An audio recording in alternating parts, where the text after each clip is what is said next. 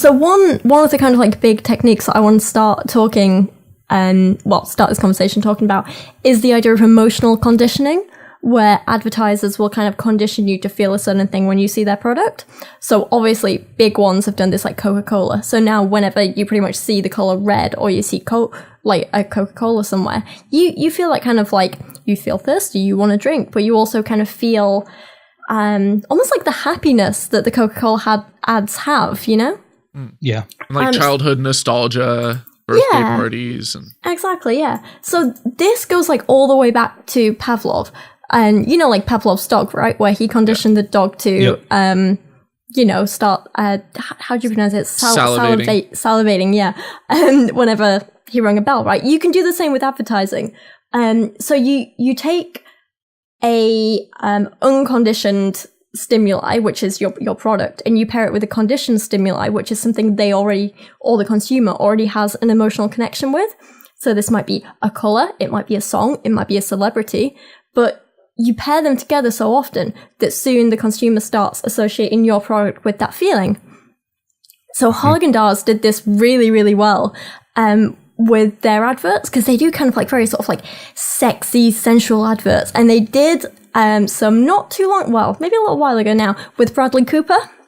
And, you know, objectively, he's a very attractive man, right? And they had this kind of like sexy music playing in the background. And they had like all these slow-mo shots of him and like close-ups of his eyes and his lips. And then they had this woman like crawling up across his body. And they were like very kind of like sensual shots.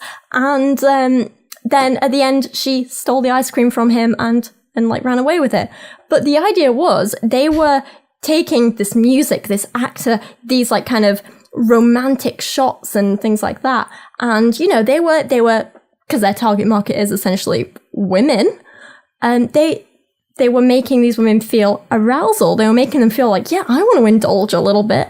And then soon, when women would see, you know, the ice cream tubs, they'd be like, ooh, I feel a little bit, you know, in the mood for a little bit of indulgence. I'll just buy this ice cream so I can indulge and feel happy. You know what I mean? Mm-hmm. I don't have to steal it from Bradley Cooper. Exactly. You can buy your own. It turns out the advert went wrong. There was just a load of fat women stealing ice cream from his house. There's been a massive law case. No. Yeah. No, but it was actually a very, very like successful set of adverts. Definitely. And, you know, sales went up, and people definitely started associating Haagen-Dazs ice cream with something a little bit special, you know? Mm. So can you think of like any other examples of where that's happened, where you've seen kind of like emotional conditioning in advertising or marketing? The most blatant one that I can think of are the Super Bowl commercials in the US. Yeah. Where, you know, if you're in the middle of watching the Super Bowl and all of a sudden a Doritos commercial comes on, you're not going to run out to the store and leave the football game and everything and leave your friends to go make a trip to the store to go pick up Doritos. Like, if you think about it in that moment, it seems like, well, why would they target that? Like, they're not going to go buy Doritos right now.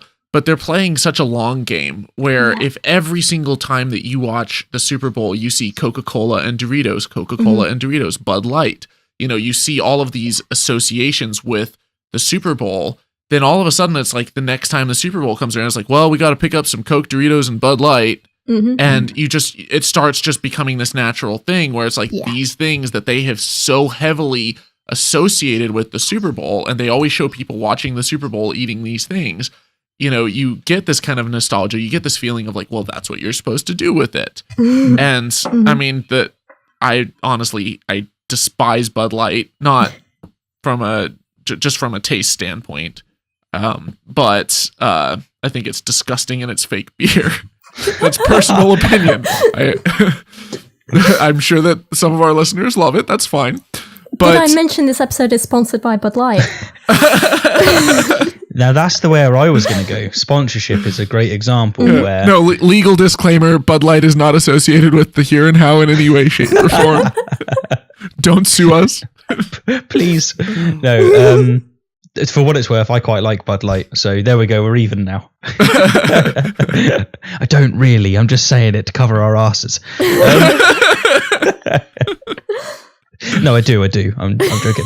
So sponsorship is a great example of that. You see it with YouTubers. You see that the sponsorships, half of it is because they're people trying to, make a living, but a big part of it is also those brands want to associate with those people, those ideas that they're expressing, the content that they create. There's fantastic examples, and that's of course true of series and films in general as well. You get it in films. If you look at the new Avengers, I didn't look for the product placements, but there's going to be a hell of a lot. Someone will, when you see a film and someone picks up a Nokia rather than a Motorola or whatever it might be, that isn't arbitrary. That's been paid for. And it's because you associate those products with those people. It's a celebrity endorsement. It's more of an insidious, although that's probably the wrong word. It's more of an implicit type of advertisement. And the same is true of sponsorships in general. So Game of Thrones comes on, fantastic show, and it's sponsored by, again, Doritos or whatever it might be. I have no idea who sponsors them. But the point being is that, I'm going to see my favorite show. Yes, I also want Doritos. We don't think like that, but subconsciously we kind of do. Yeah. And it is effective. So yeah, sponsorship I'd say is a good example for what you're looking for. I always remember when I was a kid, I'd always watch Coronation Street with my parents, and which is a soap, if you don't know, Thomas. And so it was like a thing we did as a family. We'd get together and we'd watch Coronation Street. And Crunchy sponsored them for a really long time. And so ever since then, even now when I have Crunchies, they're kind of like a comfort food for me. They're something that's like, when I feel like I need a hug, I'll go buy a Crunchie because it's like a hug in a chocolate bar, That does make sense. You have that association, Bill, and it's amazing because they tapped into, not only is Coronation Street a mental representation of life, no offense to Coronation Street viewers and soaps in general, but it's family time. And if they can get their product associated with family time and somebody's alone or even just whatever, it doesn't matter, that does have a connection. It works. So that's cool. Unless you have like an abusive family and every time you have a Crunchie, it's like someone gets a Crunchie out, you drop the Crunchie, go away.